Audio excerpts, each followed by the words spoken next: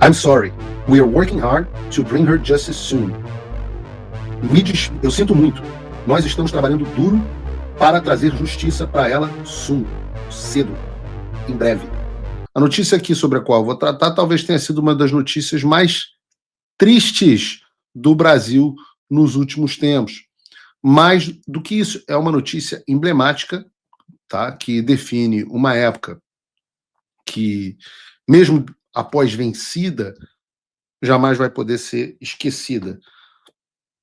Como vocês devem ter visto, eu estou falando da notícia que o Supremo Tribunal Federal formou maioria pela condenação da Débora Rodrigues a, pelo menos até o momento, 11 anos de prisão.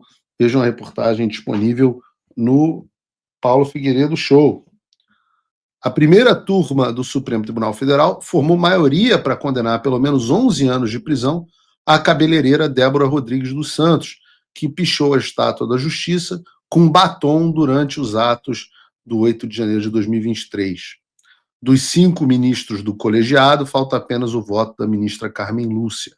O julgamento foi retomado na sexta-feira passada, em plenário virtual, após o pedido do ministro Luiz Fux. O ministro Alexandre de Moraes, relator do caso, votou em 21 de março pela condenação da cabeleireira a 14 anos de prisão pelos crimes de associação criminosa armada, tentativa de abolição...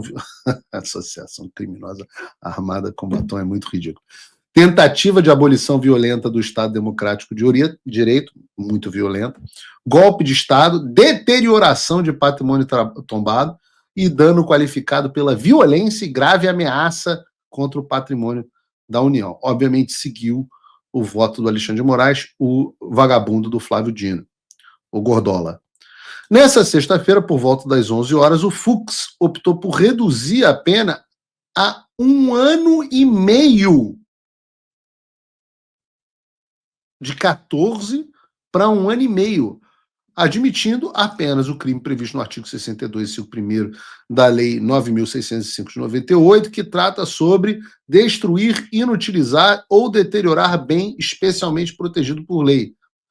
Logo em seguida, no entanto, o ministro Cristiano Zanin, ex-advogado do Lula, se manifestou favorável ao entendimento de Moraes, só que sugeriu uma pena menor de 11 anos. O voto do Fux trouxe esperança à defesa. Caso os ministros Cristiano Zanin e Carmen Lúcia concordassem com ele, Débora, que ficou 2 anos presa, conseguiria a liberdade, já que atualmente segue em prisão domiciliar com diversas medidas cautelares. Com a manifestação do Zanin, no entanto, o vagabundo, essa possibilidade só existe se Carmen Lúcia divergir do relator e algum dos ministros que já votou pela condenação, o Alexandre, o Gordola ou o Zanin, reavaliar o voto. Essa, então, é a situação da Débora no presente momento. É importante dizer que a proclamação do resultado final do julgamento está marcada para o próximo dia 6 de maio. Até lá, é possível que qualquer um dos ministros altere o seu voto.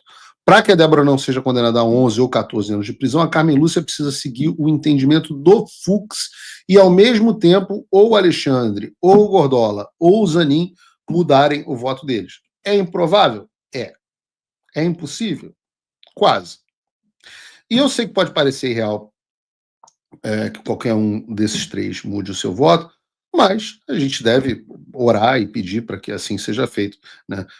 Às vezes Deus visitou a mulher de Pôncio Pilatos, pode ser que visite a mulher do Gordola e faça ele mudar a opinião. Mas o fato é que, por mais triste, e obviamente não tem nada a se comemorar nessa tragédia, ela ganhou o mundo, né? É um desses casos icônicos, né? É um desses casos.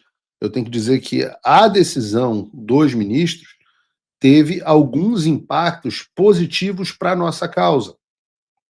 Vejam,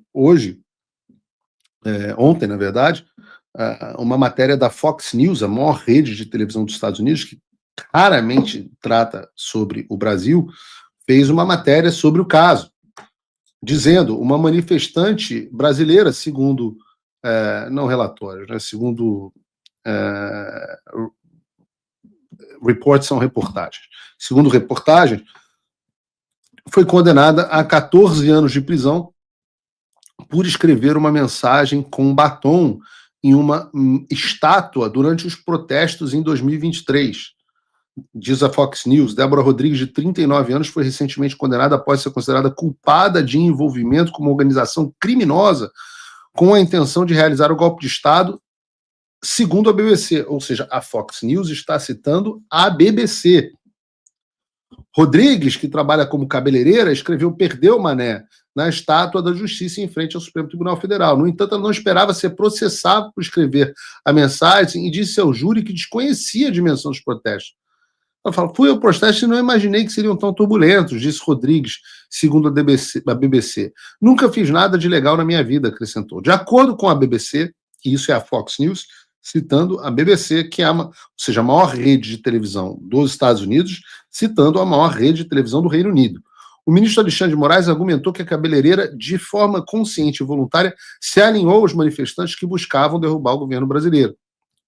O ministro também acusou Rodrigues de ocultar provas, possivelmente apagando mensagens do seu celular, e afirmou que a mulher de 39 anos teria admitido a participação em atos antidemocráticos.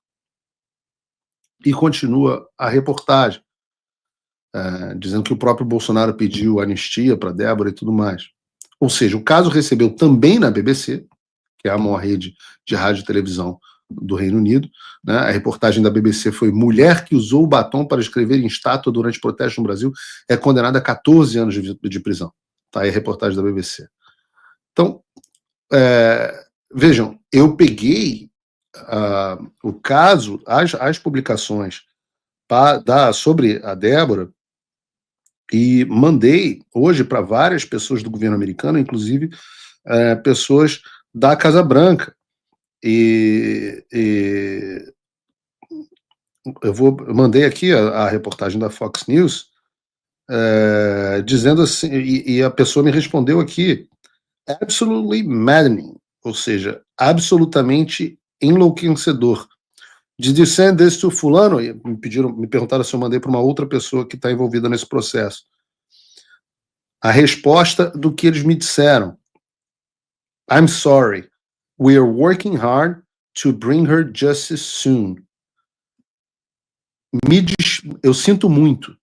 Nós estamos trabalhando duro para trazer justiça para ela soon, cedo, em breve. E aí a gente engaja aqui em outros assuntos. Mas, vejam, no que é possível, este assunto está sendo levado ao maior número de pessoas. Então, o caso da Débora, eu lamento muito que ela esteja passando por isso, mas não será à toa, Débora. Não será à toa. Pode ter certeza que o máximo de pessoas que podem estão sabendo do seu caso. E que casos como o seu, que trazem esse tipo de atenção e mostram a truculência dos ditadores que estão tomando conta do Brasil, contribuem imensamente com o nosso trabalho aqui fora. Eu posso garantir, eu estou lendo aqui o chat direto para vocês.